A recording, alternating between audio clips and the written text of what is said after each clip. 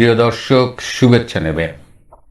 আজ একটু গল্প করি। প্রতিদিন খুব সিরিয়াস সিরিয়াস আলোচনা হয়, একটা পরিবেশও কেমন যেন একটু গম্ভীর হয়ে যাচ্ছে। সে আমি তখন পিএইচডি করি 2003 সালে। আমাদের সাথে অনেক দেশের ছেলেমেয়েরা ছিল। তো হঠাৎ আমাদের সাথে একটা ছেলে পড়তে এলো। ও মাস্টার্স করতে এলো, বেসিক্যালি একটা স্কলারশিপ নিয়ে।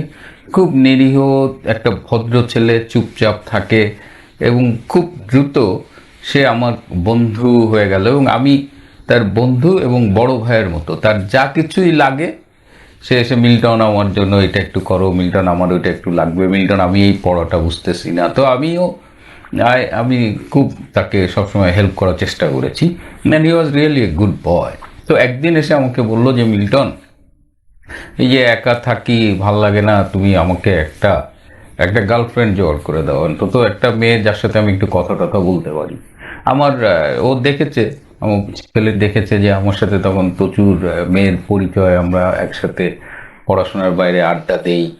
আমাদের পাশেই আমাদের ইউনিভার্সিটি ক্লাব ছিল, সেখানে আমরা বিকেলবেলা আড্ডা দিতাম। তো এই দেখেও আমাকে একবার খুব গ্রোথ হয়েছে। তা আমি বললাম, it's okay, it's not a problem. তো আমার সাথে একজন মহিলার পরিচয় ছিলেন, বিধবা মহিলা পরিচয় ছিলেন। তার বয়স তখন 65 বা 66 হবে, বা আরও বেশিও হতে পারে। আমি জানি না তিনি এই মুহূর্তে বেঁচে আছেন কি না, কিন্তু এই মহিলা আমাকে অসম্ভব আদর করতেন। এবং তিনি, তার ছেলে মেয়েরা সব আলাদা হয়ে গেছে, বিশাল একটা দোতলা বাড়িতে একা থাকতেন। খুব বড় ব্যবসায়ীর স্ত্রী ছিলেন, তার অনেক বিজনেস ছিল। তো উনি আমাকে ফোন করতেন, সবসময় আমার খোঁজ খবর রাখতেন।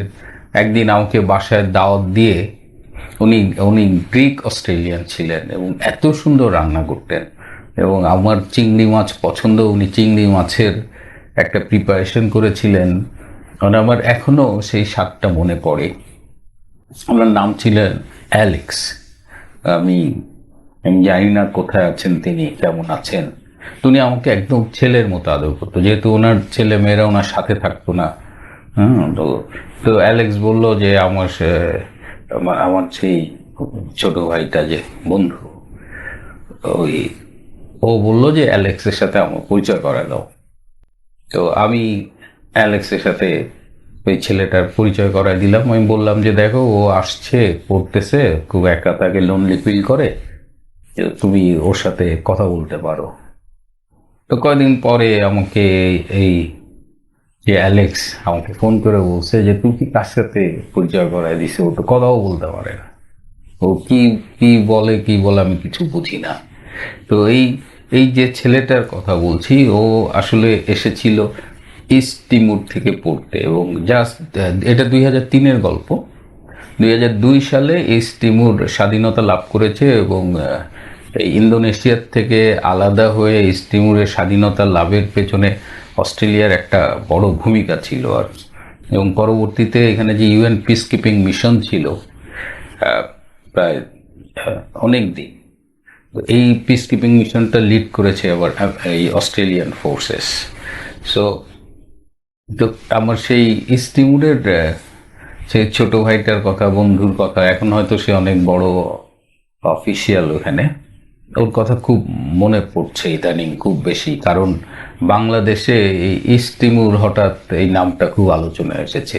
একটা পৃথিবীর অন্যতম দরিদ্র একটা দেশ, হ্যাঁ, এই দেশটা নিয়ে বাংলাদেশে অনেক আলোচনা হচ্ছে। এই আলোচনার কারণও আছে, কারণ আমি সম্প্রতি বলেছি যে বন্ধুহীন ইউনূস সরকার, একমাত্র বন্ধু পাকিস্তান, আর তার দ্বিতীয় বন্ধু হলো ইস্ট তিমুর। তো হঠাৎ ইস্ট তিমুর নিয়ে ঝুঁকলেন কেন আমাদের বাংলাদেশের প্রধান উপদেষ্টা, অবৈধ ক্ষমতা দখলকারী ডক্টর ইউনূস? এইটা খোঁজ নিতে গিয়ে যেটা দেখলাম, যে এই একটা বিদেশি পত্রিকার সাথে ডক্টর ইউনূস একটা ইন্টারভিউ দিয়েছেন। তো ইন্টারভিউটা একটু শুনছিলাম। তো উনি, মানে ওনার কথাবার্তা শুনে যেটা মনে হয়েছে যে উনি প্যারিসে বসে আসলে দুধ ভাত খাচ্ছিলেন, কিচ্ছু জানেন না। হঠাৎ বাংলাদেশ থেকে ছাত্ররা গো ধরলো যে, স্যার, আপনাকে আসতে হবে স্যার, এরকম একটা বিপ্লব করে ফেলছি স্যার, আপনাকে নেতৃত্ব দিতে হবে, সরকার প্রধান হতে হবে, এইরকম একটা অবস্থা। উনি কিচ্ছু জানতেন না, বিশ্বাস করেন।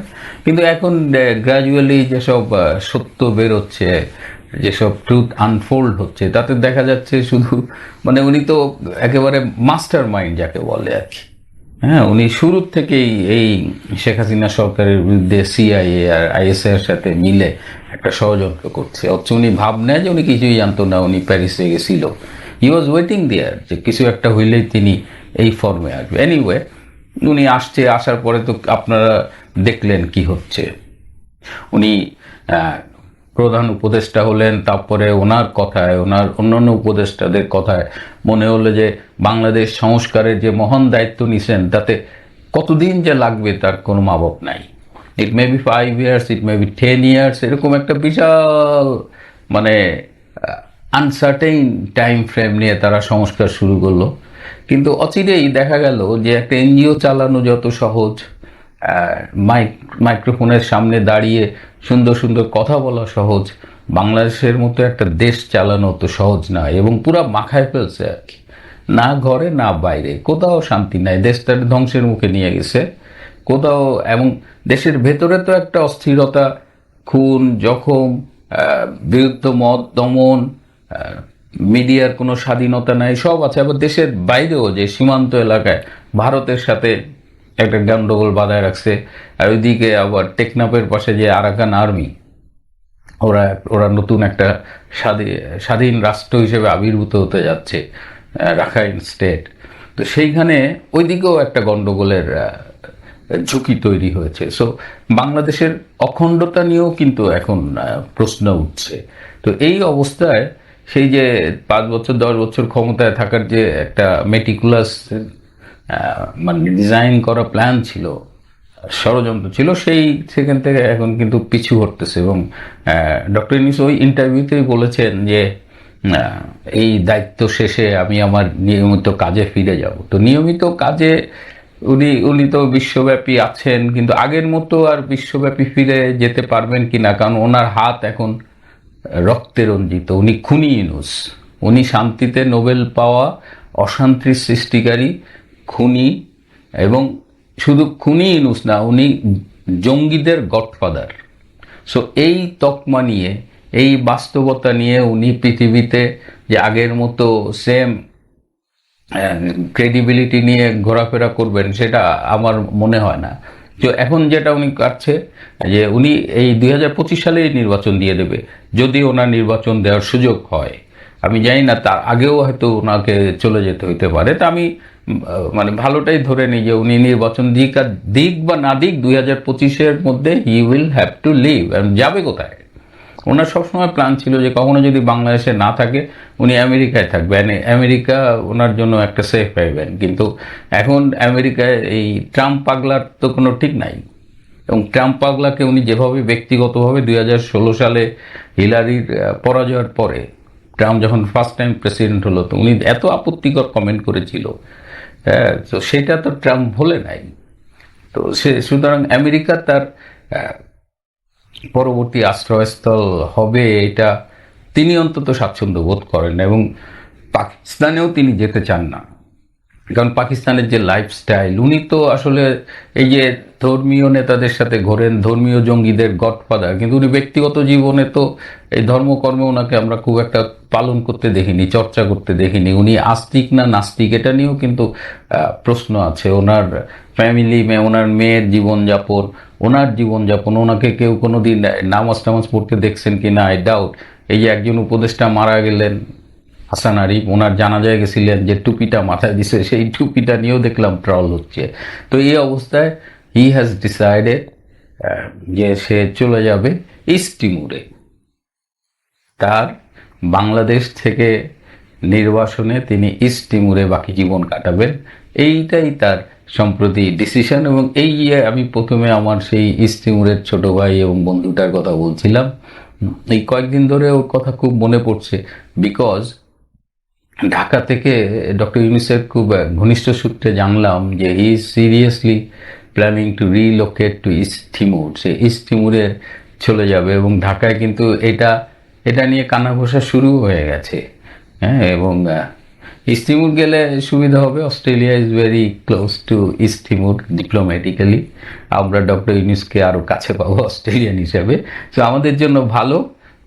এবং এ কারণেই কিন্তু এই কয়দিন আগে ইস্ট তিমুরের প্রেসিডেন্টকে তিনি বাংলাদেশে নিয়ে গিয়েছিলেন বিজয় দিবস উপলক্ষে। মানে যাদের কোথাও বেল নাই, বাংলাদেশের স্বাধীনতা যুদ্ধ, সেখানে কত দেশের কত রোল ছিল, আমাদের বিজয় দিবস উদযাপন করার জন্য উনি আর কাউরে পায় নাই, উনি ইস্ট তিমুরের প্রেসিডেন্টকে নিয়ে গেছেন। এবং এটা নেওয়ার পিছনে ওনার একটাই উদ্দেশ্য, যে উনি যখন আমেরিকায় তো থাকতে পারবে না, বাংলাদেশেও তার খাওয়া উঠে গেছে, যাবে, তো his safe destination is East Timor. প্রিয় দর্শক, আমরা অপেক্ষা করি কবে ডক্টর ইউনূস ইস্ট তিমুরের উদ্দেশ্যে ফ্লাই করছেন। সেদিন বোধহয় খুব একটা দেরি নাই, কারণ দেশের যা অবস্থা, ওনার যা অবস্থা এবং আন্তর্জাতিক যে অবস্থা,